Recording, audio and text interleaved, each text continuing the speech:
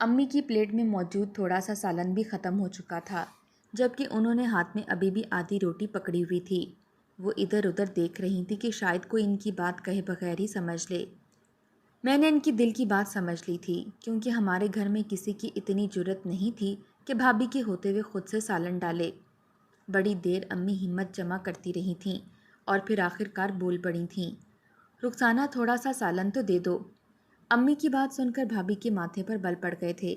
وہ کہنے لگیں، بس آپ کی طبیعت پہلے ہی خراب رہتی ہے، بلڈ پریشر ہر وقت آسمان سے باتیں کرتا ہے، اور آپ کو دوسری بار سالن چاہیے؟ جو کھا لیا بس وہی بہت ہے۔ میں نے بھائی کی جانب دیکھا تھا کہ شاید وہی منہ سے کچھ بول دیں، مگر بھائی تو اس طرح کھانے پر جھکے ہوئے تھے جیسے انہوں نے کوئی بات سنی ہی نہیں۔ امی ہاتھ جھاڑ کر اٹھنے لگیں تو میں بولا، بھابھی، جب امی سارا سارا دن گھر کے کام کرتی ہیں تب آپ کو ان کی طبیعت خرابی کا احساس کیوں نہیں ہوتا؟ امی بھوکی رہ جائیں گی تو پھر رات بھر ان کو نیند نہیں آئے گی، آپ ان کو سالن دے دیں۔ بھابھی کہنے لگیں، تم زیادہ ماں کے سگے مت بنو، اس گھر میں جو کچھ ہو رہا ہے وہ میری آنکھوں سے پوشیدہ نہیں ہے۔ تم دونوں ماں بیٹا مفت کی روٹیاں توڑتے رہتے ہو، بھائی تو جیسے لوہے کا بنا ہے، اس کا تو احساس کرنا ہی نہیں۔ تم ابھی تک ملازمت ڈھونڈنے میں ناکام رہے ہو، پہلے کچھ کما کر گھر لاؤ، پھر بڑی بڑی باتیں کرنا۔ نہ کام کے نہ کاج کے، دشمن اناج کے۔ مجھے بھابھی کی باتیں بہت بری لگی تھیں، مگر میں خاموش ہی رہا تھا۔ امی کی بھوک بھی مجھ سے برداشت نہیں تھی، اسی لیے میں نے اپنی کٹوری اٹھا کر امی کے سامنے رکھ دی تھی۔ میں بولا، امی آپ یہ کھا لیں۔ میری بات سن کر تو بھابھی کے پاؤں سے لگی اور سر پر بجھی کہ اس نے وہ کٹوری اٹھا کر فرش پر پھینک دی تھی۔ کہنے لگی، تمہیں میری بات سمجھ میں نہیں آئی تھی کیا؟ جب میں نے کہا کہ اور کھانا نہیں دینا تو پھر تم نے میری حکم عزولی کیوں کی؟ میری آنکھوں میں پانی آ گیا تھا۔ میں بولا، بھابھی، آپ میں تو انسانیت نام کی چیز ہی نہیں ہے۔ یہ بات سن کر بھابھی نے بلند آواز میں رونا شروع کر دیا۔ وہ کہنے لگی، یہ دیکھو اجمل، اپنے بھائی کی باتیں سنو، یہ میرے ساتھ بدتمیزی کر رہا ہے۔ بھائی نے مجھے گھور کر دیکھا تھا اور کہنے لگے، اپنی بھابھی سے معافی مانگو۔ میں بولا، بھائی، جب بھابھی امی کے ساتھ ناانصافی کر رہی تھیں تب تو آپ بالکل گنگے بہرے بن کر بیٹھے ہوئے تھے، اور اب اچانک آپ کو احساس ہو گیا کہ کچھ غلط ہو رہا ہے۔ آپ کتنے بےحس ہو گئے ہیں نا، آپ کو اپنی والدہ کا بھی کچھ خیال نہیں، آپ تو جورو کے غلام ہیں۔ بھائی اٹھ کر کھڑے ہو گئے، کہنے لگے، میں نے بہت سہ لی تمہاری بدتمیزی، اب تمہاری بہتری اسی میں ہے کہ یہاں سے نکل جاؤ، نہیں تو مجھ سے برا کوئی نہیں ہوگا۔ مجھے بھی بہت غصہ آ گیا تھا۔ میں بولا، بھائی سچ بھی یہی ہے کہ آپ سے برا کوئی ہے بھی نہیں۔ اس بات پر بھائی نے میرے منہ پر تھپڑ مارا اور مجھے دھکے مار مار کر گھر سے نکال دیا۔ میں ہکا بکا کھڑا تھا، مجھے اس سب کی توقع نہیں تھی۔ امی کہنے لگی، اجمل، تمہیں کیا ہو گیا ہے؟ تم نبیل کو یوں گھر سے نہیں نکال سکتے، یہ گھر اس کا بھی ہے، تم دونوں حصے دار ہو۔ بھائی کیا کریں گے؟ امی، آپ کو اپنے دوسرے بیٹے کی اتنی پرواہ ہے تو آپ بھی اسی کے ساتھ چلی جائیں، میں گھر میں یہ سب کچھ برداشت نہیں کر سکتا۔ میری امی کو بڑے بھائی نے گھر سے نکال دیا تھا، مجھے اپنی بالکل بھی پرواہ نہیں تھی، میں تو کہیں بھی رہ سکتا تھا، حد تک کہ سڑکوں پر بھی رات گزار سکتا تھا، مگر میں امی کو کہاں پر رکھتا؟ میں بہت گھبرا گیا تھا۔ میں بولا، امی، آپ کو گھر چھوڑ کر نہیں آنا چاہیے تھا، وہ آپ کے مرحوم شوہر کا گھر ہے، آپ وہیں بیٹھی رہتی، میں اب آپ کو کہاں لے کر پھروں گا؟ میرے پاس تو رہنے کے لیے جگہ بھی نہیں ہے۔ میری بات سن کر امی پھوٹ پھوٹ کر رونے لگی تھیں۔ وہ بولیں، ٹھیک ہے، میں مر ہی جاتی ہوں، میں زہر کھا لیتی ہوں، پہلے ایک بیٹے نے گھر سے نکال دیا اور اب تم بھی مجھے دھتکار رہے ہو، تو بتاؤ میں کہاں جاؤں؟ اپنے شوہر کی قبر پر جا کر بیٹھ جاؤں؟ اس سے کہوں کہ تم کیسی اولاد کے پاس مجھے چھوڑ کر گئے ہو؟ امی، ایسی بات نہیں ہے، آپ میری مجبوری کو سمجھنے کی کوشش کریں، میں آپ سے جان نہیں چھڑوا رہا، میں تو اس لیے پریشان ہوں کہ میں آپ کو کہاں رکھوں گا، میرے پاس کوئی جگہ نہیں ہے اور آپ کو خوار ہوتے ہوئے میں دیکھ نہیں سکتا۔ امی کہنے لگیں، تم فکر نہ کرو، تمہارے ساتھ تمہاری ماں ہے، اللہ ضرور کوئی اچھا سبب بنا دے گا۔ میں امی کو لے کر اپنے ایک دوست کے گھر چلا گیا تھا، کیونکہ مجھے اور کچھ سچائی نہیں دے رہا تھا۔ ہوٹل میں رہنے کے لیے میرے پاس پیسے نہیں تھے، ماں کو کھانا کھلانے کے لیے بھی میرے پاس کوئی سرمایہ موجود نہیں تھا۔ میرے دوست نے مجھے اور امی کو بڑے اچھے انداز سے خوش آمدید کہا تھا۔ میں نے اسے کہا کہ میں یہاں پر صرف 2 دن کے لیے رہوں گا اور پھر چلا جاؤں گا، تو میرا دوست کہنے لگا، تم ماں جی کے ساتھ آئے ہو، جب تک چاہو یہاں رہ سکتے ہو۔ مجھے علم تھا کہ میرا دوست بھی میری طرح ہی ہے، وہ بھی اپنے والدین کے پیسوں پر پل رہا تھا، وہ بھی ہمارا خرچہ برداشت نہیں کر سکتا تھا، اور میں کسی پر بوجھ بھی بننا نہیں چاہتا تھا۔ اسی لیے میں امی کو وہیں چھوڑ کر خود نوکری کی تلاش میں نکل پڑا تھا۔ یہ تو نصیب کی بات ہوتی ہے کہ کسی کے ہاتھ میں رزق ہوتا ہے اور کسی کے ہاتھ میں نہیں۔ میرا بھائی مجھ سے کم پڑھا لکھا تھا، مگر پھر بھی اسے ایک بہت اچھے ہوٹل میں مینیجر کی جاب ملی ہوئی تھی اور اس کی تنخواہ بھی بہت اچھی تھی، جبکہ میں ان سے زیادہ پڑھا لکھا تھا اور ابھی تک خوار ہو رہا تھا۔ میری امی محفوظ جگہ پر تھیں، اسی لیے میں صبح سویرے اٹھ کر جاب کی تلاش میں نکل جاتا تھا اور رات 10 بجے ہی واپس آتا تھا۔ میں نے اپنے دوست سے 2 دنوں کا وقت مانگا تھا، مگر اب مجھے ان کے گھر آئے ہوئے 4 روز ہو گئے تھے، لیکن پھر بھی ملازمت کہیں نہیں ملی تھی۔ اب میں بڑا گھبرا گیا تھا کہ کیا کروں اور کیا نہیں۔ چوتھے دن میں نے سوچا کہ میں بس اپنے دوست کے گھر سے نکل جاؤں گا، آگے جو اللہ کو منظور ہوگا وہی ہوگا۔ میں ملازمت کی تلاش میں نئے سرے سے مصروف ہو چکا تھا۔ میں نے کوئی ایسا دفتر نہیں چھوڑا تھا جہاں پر اپنی سی وی جمع نہ کروائی ہو، مگر پھر بھی مجھے کوئی مثبت جواب نہیں ملا۔ میں تھک ہار کر سڑک کے کنارے بیٹھ گیا تھا جب میری نظر دیوار پر چپکے کاغذ پر پڑی تھی، جس پر لکھا ہوا تھا کہ جنرل ہسپتال میں ایک عدد چپڑاسی کی ضرورت ہے، تنخواہ 20,000 اور رہائش مفت۔ یہ پڑھ کر میری آنکھوں میں آنسو آ گئے تھے۔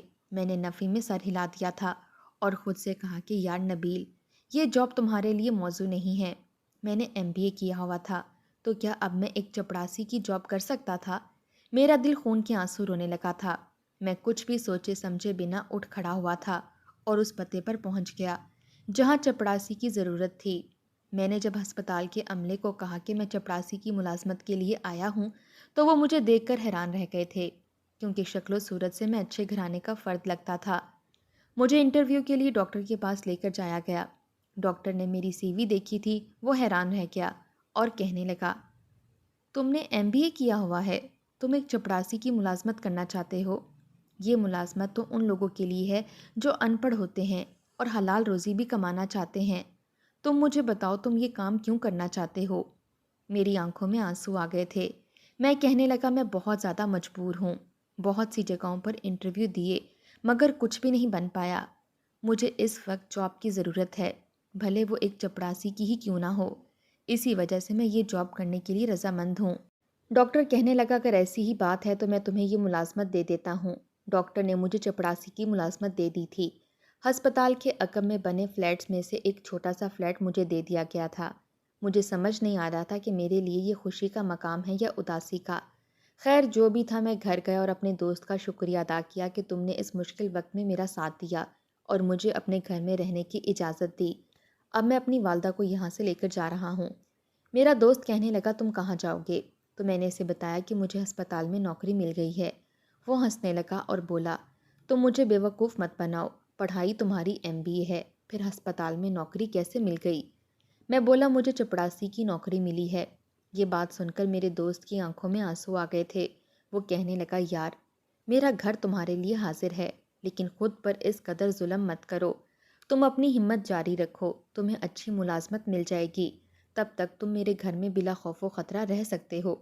میں بولا تمہارا بہت شکریہ کہ تم نے مجھے اتنے دن یہاں رکھا اور ہر طرح سے میرا خیال بھی کیا۔ میں تمہارا احسان مند ہوں اور تمہارا یہ احسان میں زندگی بھر نہیں بھولوں گا۔ اب جب مجھے روزی روٹی مل رہی ہے تو میں اس کو لات نہیں مارنا چاہتا۔ میرے دوست نے مجھے بہت روکا مگر میں نہ رکا اور امی کو لے کر ہسپتال کے عقب میں شفٹ ہو گیا تھا۔ امی کہنے لگیں تمہیں کیسی نوکری ملی ہے؟ تو میں نے کہا امی میں دفتر کے اندر بیٹھ کر کمپیوٹر پر حساب کیا کروں گا۔ یہ بات سن کر میری امی بڑی خوش ہو گئی تھیں۔ اب میں اپنی ماں کو سچ تو نہیں کہہ سکتا تھا، نہیں تو وہ ٹینشن لے لیتی اور ان کا بلڈ پریشر ہائی ہو جانا تھا۔ خیر اب میں ہر روز کام پر جایا کرتا تھا، بڑی دلچسپی سے ہسپتال میں صفائی کرتا رہتا تھا اور سوچتا تھا کہ شاید میری قسمت میں یہی سب لکھا ہے۔ ہر انسان اپنی قسمت کا ہی کھاتا ہے، تو شاید میری قسمت میں تنگ دستی اور کم تنخواہی لکھی ہے۔ میں بلا وجہ بڑے بڑے دفتروں کے خواب دیکھتا تھا۔ میں نے خود کو ڈانٹا تھا اور اکثر میں خود سے لڑتا رہتا تھا، کیونکہ میں نے اپنی زندگی سے بہت امیدیں لگائی تھیں۔ خیر جو ہونا تھا وہ تو ہو گیا تھا۔ میں پورا مہینہ بہت اچھے سے کام کرتا رہا تھا۔ ڈاکٹر نے بھی اپنے آفس میں بلا کر میری بہت تعریف کی تھی اور کہا تھا کہ تمہاری طرف سے ہمیں کوئی شکایت موصول نہیں ہوئی۔ پھر ڈاکٹر نے مجھے کہا کہ میں نے اپنے ایک دوست کو تمہاری سی وی دی ہوئی ہے، وہ دیکھے گا کہ وہ تمہارے لیے کچھ کر سکتا ہے یا نہیں۔ مجھے امید ہے کہ وہ تمہیں کہیں نہ کہیں اچھی جاب پر لگوا دے گا۔ یہ بات سن کر تو میری خوشی کی انتہا نہ رہی تھی۔ ڈاکٹر صاحب، اگر ایسا ہو گیا تو میں آپ کا احسان زندگی بھر نہیں بھولوں گا۔ میں آپ کو ساری عمر دعائیں دیتا رہوں گا۔ ڈاکٹر مسکرا دیا تھا۔ اس نے میرے ہاتھ پر 20,000 روپے رکھے تھے۔ وہ کہنے لگا، یہ لو تمہاری تنخواہ۔ میں نے جلدی سے تنخواہ پکڑی اور ڈاکٹر کے آفس سے باہر نکل آیا تھا۔ میں نے اپنی تنخواہ کو گننا شروع کر دیا تھا۔ میری آنکھوں میں آنسو آ گئے تھے، کیونکہ ابو کی وفات کے بعد تو میں نے کبھی 20,000 ایک ساتھ دیکھے ہی نہیں تھے۔ میں تو 500 روپے کے نوٹ کو دیکھنے کے لیے بھی ترس کے رہ گیا تھا۔ میں بار بار گن رہا تھا اور سوچ رہا تھا کہ سب سے پہلے میں گھر میں راشن ڈلواؤں گا، کیونکہ کھانے پینے کے سامان کی بڑی قلت ہو چکی تھی۔ میں اپنی امی کو بہترین کھانا کھلانے سے قاصر تھا۔ کم از کم بھائی کے گھر اتنا تو تھا کہ امی کو 2 وقت کی روٹی مل جاتی تھی۔ خیر، وہ پیسے میں جیب میں ڈالنے ہی لگا تھا کہ اچانک میرے سامنے ایک عورت آ کر کھڑی ہو گئی۔ اس نے دونوں ہاتھ میرے سامنے جوڑ دیے تھے۔ وہ کہنے لگی، خدا کے لیے میری مدد کر دو۔ وہ بنا آواز کے رو رہی تھی۔ اس کی آنکھوں سے آنسو گرتے چلے جا رہے تھے۔ میں بولا، کیا ہوا ہے؟ تو وہ کہنے لگی، کل میرے بیٹے کا ایکسیڈنٹ ہو گیا تھا۔ موٹر سائیکل تیز رفتار سے چلا رہا تھا۔ میرے بیٹے نے تو یہ بھی نہیں سوچا کہ اگر اسے کچھ ہو گیا تو میں کیا کروں گی۔ اس نے میری پرواہ نہیں کی۔ اب وہ ICU میں پڑا ہے۔ خود اس کے آپریشن کے لیے مجھے پیسوں کی ضرورت ہے اور میرے پاس کچھ بھی نہیں ہے۔ میرے ہاتھ خالی ہیں۔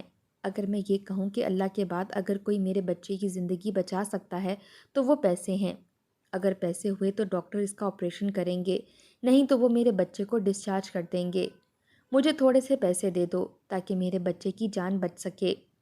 اس عورت کے چہرے پر اس قدر بے بسی تھی کہ دیکھ کر میرا دل بھی بجھ سا گیا تھا۔ میں نے کچھ بھی سوچے سمجھے بنا ہی 20,000 روپے اس عورت کے ہاتھ پر رکھ دیے تھے۔ میں بولا، میں دعا کروں گا کہ اللہ آپ کے بچے کو لمبی زندگی دے اور آپ کو اولاد کا غم نہ دکھائے۔ وہ عورت مجھے دعائیں دیتی ہوئی آگے بڑھ گئی تھی۔ اب کسی دوسرے شخص کے سامنے ہاتھ جوڑ کر اپنے بچے کے لیے پیسے مانگ رہی تھی۔ اسی لمحے میرے دل میں آیا کہ کاش میرے پاس اتنا پیسہ ہوتا کہ میں اس عورت کی مدد کر دیتا۔ پھر میں نے سوچا کہ میں خود ہسپتال کے عملے سے اس عورت کے لیے پیسے مانگتا ہوں۔ میں جلدی سینئر ڈاکٹرز کے پاس گیا اور ایک ایک سے پیسوں کی اپیل کی تھی۔ کسی نے مجھے 10,000 روپے دیے تو کسی نے 20,000 روپے میرے ہاتھ پر رکھ دیے تھے۔ میں بے انتہا خوش ہو گیا تھا کہ چلو ان پیسوں کو جب میں اس عورت کے ہاتھ پر رکھوں گا تو وہ خوش ہو جائے گی۔ میں نے تقریباً 60,000 روپے یوں ہی جمع کر لیے تھے۔ میں نے اس عورت کو ہسپتال میں ڈھونڈا اور وہ پیسے اسے تھما دیے اور بولا، میں نے ہسپتال کے دوسرے عملے سے پیسے اکٹھے کر لیے۔ اب آپ یہ پیسے ڈاکٹر کو تھما دیں تاکہ وہ آپ کے بچے کا ٹریٹمنٹ شروع کریں اور باقی کے پیسوں کا انتظام بھی اللہ کر دے گا۔ وہ عورت جلدی سے آگے بڑھی اور میرے ہاتھ چومنے لگی اور کہنے لگی، اللہ تمہیں اس کے بدلے عظیم اجر عطا کرے، اللہ تمہیں کروڑ پتی بنا دے۔ اس عورت کی دعا سن کر میں ہنس دیا تھا اور آگے بڑھ گیا تھا۔ کروڑ پتی بننا تو میری قسمت میں ہی نہیں تھا، مگر مجھے تو اب یہی لگتا تھا کہ 2 وقت ڈھنگ کی روٹی کھانا بھی میرے نصیب میں نہیں ہے، کیونکہ آج جو مجھے تنخواہ ملی تھی وہ بھی میں نے اس عورت کو دے دی تھی۔ ہمارے گھر میں تو راشن نام کی کوئی چیز ہی نہیں تھی۔ میں گھر گیا تو امی میرے انتظار میں ہی بیٹھی تھیں اور کہنے لگیں، بیٹا کیا تنخواہ لے آئے ہو؟ تب میرے کندھے شرم سے جھک گئے تھے، مگر میں نے امی کو جھوٹی تسلی دی اور بولا، امی مجھے آج تنخواہ نہیں ملی، کل مل جائے گی، آپ پریشان نہ ہوں۔ امی نے میری طرف دیکھا اور پھر سوکھی روٹی اچار کے ساتھ کھانے لگی تھیں۔ امی کے لیے اچار اچھا نہیں تھا کیونکہ ان کو بلڈ پریشر کا مسئلہ تھا۔ میرا دل ٹوٹ گیا تھا، مگر میں کیا کر سکتا تھا؟ خیر، میں کھائے پیے بغیر ہی سونے کے لیے لیٹ گیا۔ امی کہنے لگیں، کچھ تو کھا لو۔ میں نے کہا، نہیں، مجھے بھوک نہیں ہے۔ امی جانتی تھی کہ میں پریشان ہوں۔ امی کہنے لگیں، بیٹا فکر نہ کرو، اللہ ہمیں بہت کچھ دے گا، تم کھانا کھا لو۔ امی مجھے یہ جھوٹی تسلیاں نہ دیا کریں، ہم دونوں یوں ہی زندگی گزار دیں گے۔ امی نے میرے سر پر چت ماری اور وہ کہنے لگیں، آج کے بعد میرے سامنے مایوسی کی باتیں مت کرنا، اللہ کے ہاتھ میں سب کچھ ہے، وہ جسے چاہے عطا کرے اور جسے چاہے چھین لے۔ امی ابھی باتیں ہی کر رہی تھی کہ ہمارے گھر کے دروازے پر دستک ہوئی تھی۔ میں نے دروازہ کھولا تو سامنے 2 آدمی کھڑے تھے۔ انہوں نے پینٹ سوٹ پہنے ہوئے تھے، آنکھوں پر سیاہ چشمے لگائے ہوئے تھے اور کلائی پر مہنگی گھڑی باندھی ہوئی تھی۔ ان کے ساتھ میں ایک بہت بڑی گاڑی کھڑی تھی۔ میں بولا میں آپ کو جانتا نہیں ہوں۔ تو وہ کہنے لگے فکر نہ کرو، آپ ہمیں نہیں جانتے مسٹر نبیل، لیکن ہم آپ کو بہت اچھے طریقے سے جانتے ہیں۔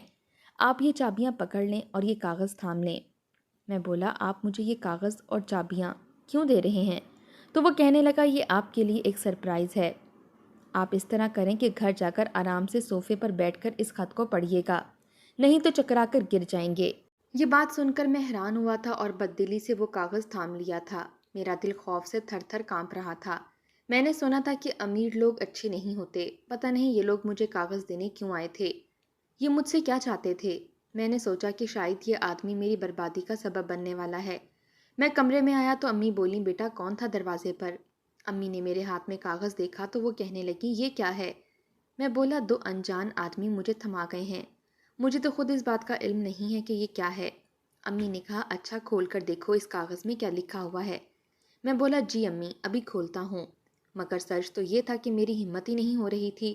خیر میں نے کاغذ کھولا، اس پر لکھا ہوا تھا مسٹر نبیل، میں نے آج تمہیں جنرل ہسپتال میں دیکھا تھا، تم ایک چپڑاسی کی حیثیت سے ملازمت کر رہے ہو، مگر تم نے آج تنخواہ ملتے ہی غریب عورت کی مدد کی اور پھر باقی سٹاف کے سامنے بھی اس عورت کی مدد کے لیے ہاتھ پھیلائے۔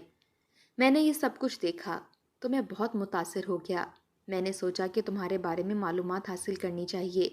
تب مجھے پتہ چلا کہ تم ایک پڑھے لکھے نوجوان ہو، مگر تمہارے بھائی نے تمہیں گھر سے نکال دیا ہے اور ایک چپڑاسی کی نوکری کر رہے ہو۔ کل شام تم اس پتے پر پہنچ جانا، تمہارے لیے ایک بہت بڑا سرپرائز ہے اور تبھی تمہیں پتہ چلے گا کہ یہ چابیاں کس چیز کی ہیں۔ میں نے خط پڑھا تو میں گہری سوچ میں ڈوب گیا تھا۔ مجھے اس طرح بلانے والا کون ہو سکتا ہے؟ مجھے خوف بھی آ رہا تھا، آج کل تو فراڈ بہت عام ہو چکے ہیں، لوگ تو ہم جیسے غریبوں کو بھی لوٹنے سے باز نہیں آتے۔ امی کہنے لگی نبیل ایسا کیا لکھا ہے کہ تم اسے پڑھ کر ایک دم پریشان ہو گئے ہو؟ میں نے سارا خط امی کو پڑھ کر سنایا تھا تو امی بھی گھبرا گئی تھیں۔ وہ کہنے لگی نہیں نہیں نبیل، تمہیں کوئی ضرورت نہیں ہے کسی بھی جگہ پر جانے کی، چپ چاپ اپنی ملازمت کرتے رہو۔ میں نے سر ہلا دیا تو امی کہنے لگی اچھا تو آج تمہیں تنخواہ مل گئی تھی لیکن تم نے وہ ایک عورت کو دے دی۔ میں امی کی بات سن کر ڈر گیا تھا، مگر امی نے میرا ہاتھ چوم لیا اور کہنے لگیں مجھے اپنے بیٹے پر فخر ہے نبیل، تم نے مجھے پرسکون کر دیا۔ میں ہمیشہ یہی سمجھتی تھی کہ شاید میری تربیت میں ہی کوئی کمی رہ گئی ہے، جو اجمل نے میرے ساتھ اس طرح کیا۔ میں تم لوگوں کو اچھے برے کی تمیز سکھا ہی نہیں سکی، مگر آج جب مجھے پتہ چلا کہ تم نے غریب عورت کی مدد کی ہے تو مجھے اس بات کی تسلی ہو گئی ہے کہ میری تربیت میں کمی نہیں ہے۔ یہ تو اجمل اور اس کی بیوی کی نیت ہی ایسی ہے، شکر ہے کہ اللہ کا کہ تم نے مجھے زندگی میں ایسا دن دکھایا۔ میں نے امی کی باتیں سنی تو مسکرا دیا۔ خیر صبح میں اپنے کام پر چلا گیا تھا۔ اس پتے پر جانے کا میرا ارادہ نہیں تھا کیونکہ مجھے خوف تھا کہ اگر ان لوگوں نے میرے ساتھ فراڈ کرنے کی کوشش کی تو میں کیا کروں گا۔ میں آدھا دن صفائی کرتا رہا مگر میرا دھیان بار بار اسی خط کی جانب جا رہا تھا۔ میں نے سوچا کہ کیا پتہ میں وہاں جاؤں تو مجھے سچ میں کوئی سرپرائز مل جائے، ضروری تو نہیں کہ ہر کسی کے ساتھ فراڈ ہی ہو۔ میں نے بڑی ہمت کی اور اس پتے پر پہنچ گیا۔ وہاں جا کر دیکھا تو ایک بہت ہی بڑا ریسٹورنٹ تھا۔ میں اس میں داخل ہو گیا۔ چوکیدار کہنے لگا آپ کا کیا نام ہے؟ میں بولا میرا نام نبیل ہے۔ تو وہ کہنے لگا اچھا وہ جنرل ہسپتال والا تو نہیں؟ میں نے جلدی سے سر ہلا دیا۔ وہ کہنے لگا باس آپ کا انتظار کر رہے ہیں، آئیے میں آپ کو لے چلتا ہوں۔ یہ بات سن کر تو میں حیران رہ گیا تھا مگر اس کے ساتھ چلنے لگا۔ آگے جا کر اس نے مجھے ایک سیکرٹری کے حوالے کر دیا تھا اور بولا کہ انہیں باس کے پاس لے جائیں۔ وہ مجھے باس کے کمرے تک لے گئیں۔ وہ کمرہ اے سی کی کولنگ سے یک ٹھنڈا ہو چکا تھا، اتنا ٹھنڈا کمرہ کہ میری ریڑھ کی ہڈی میں سنسنی سی ہونے لگی۔ وہ آدمی کہنے لگا کہ تم مجھے نہیں جانتے، اسی لیے میں اپنا تعارف کروا دیتا ہوں۔ میرا نام سیٹھ عمیر ہے، میں اس ریسٹورنٹ کا مالک ہوں، میں یہ ریسٹورنٹ تمہارے نام کرنا چاہتا ہوں۔ میں حیران رہ گیا تھا اور بولا آپ یہ میرے ساتھ کیسا مذاق کر رہے ہیں؟ تو وہ کہنے لگا میں تمہارے ساتھ ہرگز مذاق نہیں کر رہا، مجھے تم اچھے لگے ہو، تمہاری نیکی مجھے بھلی لگی ہے، اس لیے میں تمہیں یہ سب دے رہا ہوں۔ میں ہکا بکا رہ گیا تھا اور بولا اس کی کیا وجہ؟ تو وہ کہنے لگا میرے ساتھ آج سے چند برس پہلے وہی ہوا تھا جو تمہارے ساتھ اور تمہاری والدہ کے ساتھ ہوا ہے۔ میں کینسر کا مریض ہوں، اپنے 4 بیٹوں کے ساتھ رہتا تھا مگر چاروں نے میری ذمہ داری کو قبول کرنے سے انکار کر دیا تھا۔ وہ چاروں اپنی بیویوں کے اشاروں پر ناچ رہے تھے۔ میرے پاس اپنے علاج کے لیے نہ پیسہ تھا اور نہ ہی سرمایہ۔ مجھے لگا تھا کہ اب موت میرے سر پر آن کھڑی ہے۔ میں اولڈ ہوم میں چلا گیا۔ ایک دن مجھ سے ایک وزٹر ملنے آیا تھا۔ میں اس کے پاس گیا تو اس نے اس ریسٹورنٹ کی چابی میرے حوالے کر دی تھی۔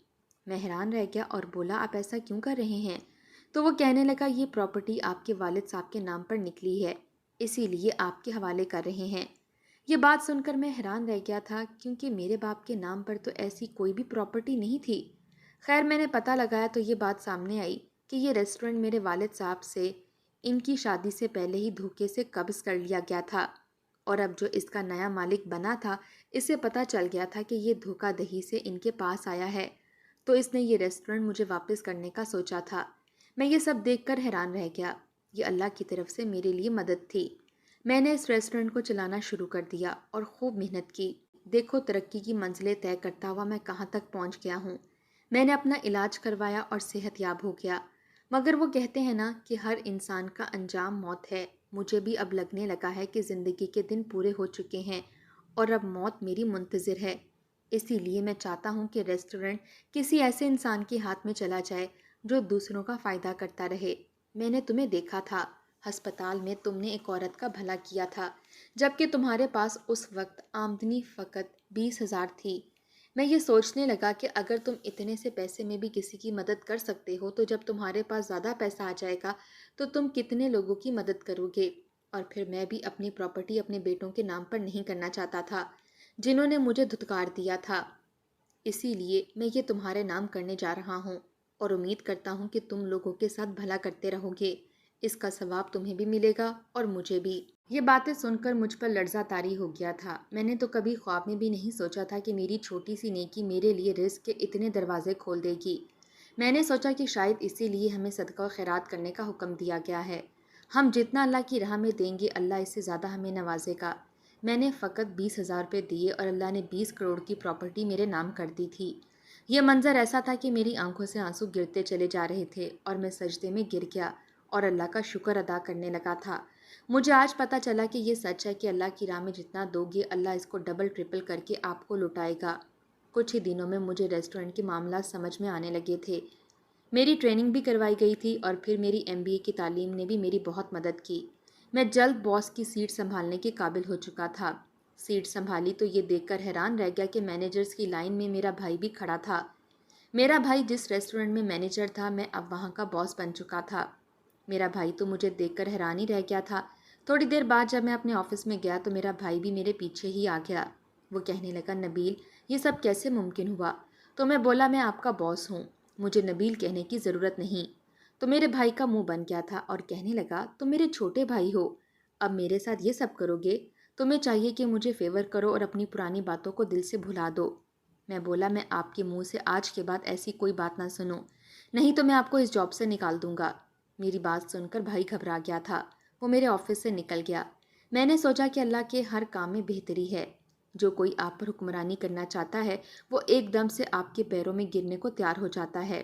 میں نے اپنی زندگی سے یہی سبق سیکھا ہے کہ کبھی بھی اپنی مٹھی کو روک کر نہیں رکھنا چاہیے۔ جس قدر ممکن ہو سکے اللہ کے بندوں کی مدد کرنی چاہیے۔ ہم زمین میں لوگوں پر مہربانی کریں گے، وہ آسمان پر بیٹھنے والا ہم پر رحم کرے گا۔ میں نے جب سے ریسٹورنٹ کا چارج سنبھالا ہے میں نے بہت سے غریب گھرانوں میں راشن دینا شروع کر دیا ہے اور بہت سے فلائی کام کر رہا ہوں۔ ضروری نہیں کہ انسان کے پاس بہت ہو تو ہی وہ دوسروں کی مدد کرے، ہم بہت تھوڑے سے بھی دوسروں کی مدد کر سکتے ہیں۔